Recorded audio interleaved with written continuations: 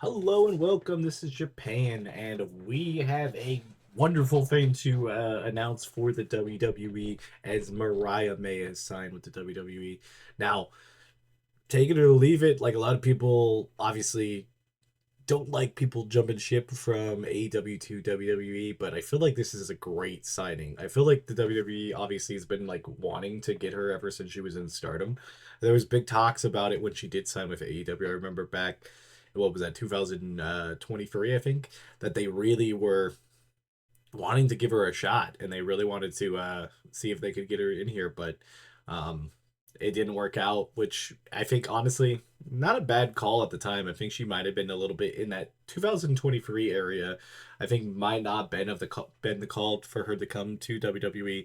I hate to say that, but I think it really did. I think going over to AEW, she had a pretty awesome start over there. I mean, obviously won the women's championship, had some really good feuds with Tony Storm, Mina Shirakawa, like some memorable stuff over there. That match with her and Tony Storm is probably up there in being one of the better matches over the last, I mean, like year and a half. It's hard to say. Like I forget exactly when it happened. I think it was the Hollywood Ending match, or the one before that. I can't remember which one I'm trying to put in my brain on, but one of them was I think this year, and the other one was at last year.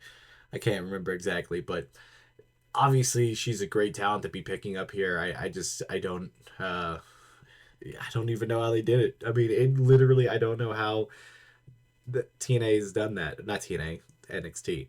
Like NXT literally just had a max exodus of like their women's division with Stephanie McClure, uh, Roxanne Perez, and obviously Julia all going to the main roster, and then all of a sudden, bam, it's all stacked back up because it looks like they're going to keep Jordan Grace down there.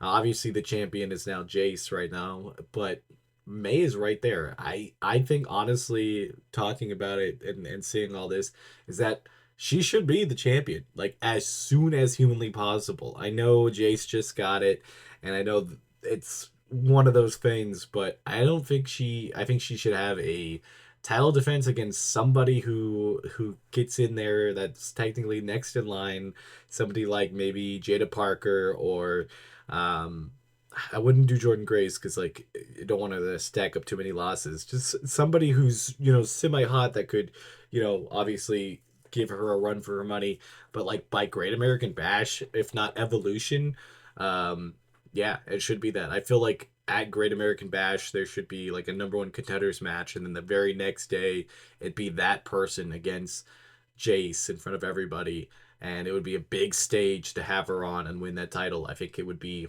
a phenomenal idea, honestly.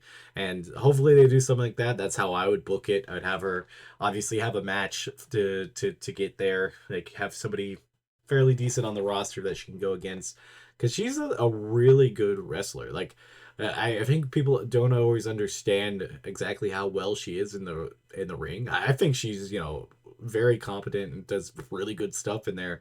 And then when you have that on top of her mic work, and she's 26 years old, there's like that's phenomenally perfect for WWE right now because she's on that side of things where she can stay in NXT for a little bit of time to get her footing and then immediately make a impact on the the main roster. And I think there's a good chance that we can see that. Obviously she already has some built-in stuff by facing some people at Stardom. She was a little bit past the time of like Io Sky and all that, but like, um, at least to the crowd and everything that she knows a lot of people that were around that time and stuff. I feel like what I think she started Stardom, if I'm not mistaken, it was 2022 to 2023. So I think her and Julia, I think have had a match. I could be wrong on that. That's who I was thinking that would be the first person that they could see. Um, Obviously, this is just great. I mean, I just can't believe that this has happened. And hopefully you guys are excited about this. I don't know. I feel like some people are a little upset. I haven't really seen anything on like the WWE side of people being upset about it. I don't know why you would be.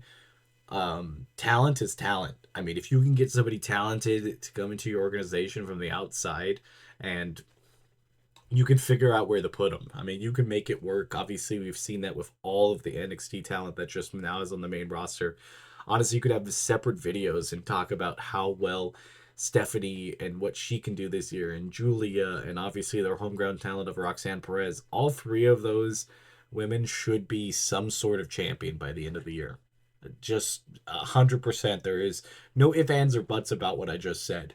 I'm not saying they have to be a world heavyweight champion or the WWE champion. That's what the mid card titles are for. But I guarantee that, or like, I guarantee they need to do that. I don't know who would really come in here and say that they disagree with that. And I guess we'll see. You never know.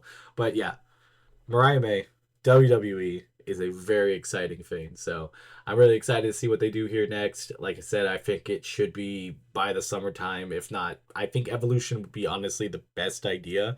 Have a T. Why do I keep saying TNA? An NXT Women's Championship match against her and Jace. I do feel like you should give Jace a successful defense, if not two, by the time this has happened, just so that you really don't want to make her seem like an interim champion, even though I think most people feel that way. But you could make her at least have some type of defining moment to get her, still over, because it does suck that, like, yeah, she won it, and then what are you gonna do with her after this? So I think this will be some pretty crazy things coming from this signing, and I'm really excited to see it. I can't believe NXT reloaded that fast. Um, I just really can't. Like it felt like NXT was gonna struggle, but man, their women's division, and that also adding Tyra May's still the LFG winner, who had a solid debut tonight. Also, I think you add that into everything on top of all the women that they already have. I feel like this division's already back to being stacked, and yeah, Mariah May should be at the top of it. So, tell me what you guys think. If you guys think it's a good idea, or you think this is going to be a good signing. I think it's going to be a top five signing of the year by the time we get to the end of the year. Well, no matter what organization you want to say, I think you got this. I think you got the Mayu signing to Marigolds up there. Um, I think those are the top two right now.